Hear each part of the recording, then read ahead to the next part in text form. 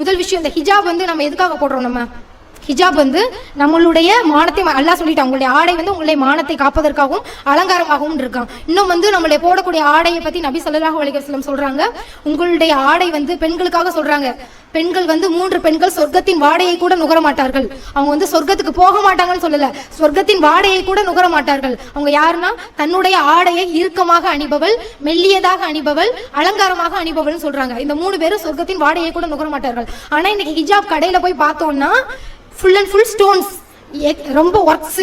ஏன்னா அதை தான் போடுறேன். ஏன்னா ஒரு ஃபங்க்ஷனுக்கு, ஒரு மேரேஜ் ஃபங்க்ஷனுக்கு எங்கே போனாலும் நல்லா ஒர்க் வச்சு, நார்மலாக மற்ற இடத்துக்கு போனால் சிம்பிளாக பழைய புர்கா போட்டுக்கலாம். ஒரு மேரேஜ் ஃபங்க்ஷனுக்கு போனால் கிராண்டாக போகணும். ஆனால் புர்கா போடுறது அந்த நோக்கத்தையே நம்ம மறந்துட்டோம். புர்கா போடுறதே மற்றவங்கள கவரக்கூடாது, நம்மளும் பாவத்தின் பக்கம் போகக்கூடாது, மற்றவங்களையும் பாவத்தின் பக்கம் இழுக்கக்கூடாதுங்கிறதுக்காக தான் நம்ம இந்த புர்கா போடுறோம். ஆனால் அதை மறந்து போயிட்டு ஃபுல்லாக பிளாக்ல போட்டால் அது நல்லா இல்லை, சுத்தமா நல்லா இல்லை. கொஞ்சம் ஸ்டோன்ஸ் வச்சிருந்தா நல்லா இருந்திருக்கும், கையில மட்டும் கொஞ்சம் ஸ்டோன்ஸ் இருக்கட்டும், இல்ல அங்கங்க இந்த மஃப்தால டிசைன்ஸ் இருக்கட்டும், அப்படி இப்படின்னு சொல்லிட்டு நம்ம வந்து டிசைன்ஸ் பார்த்து போட்டுக்கிட்டு இருக்கோம். ஆனா அது அலங்காரம் தான்.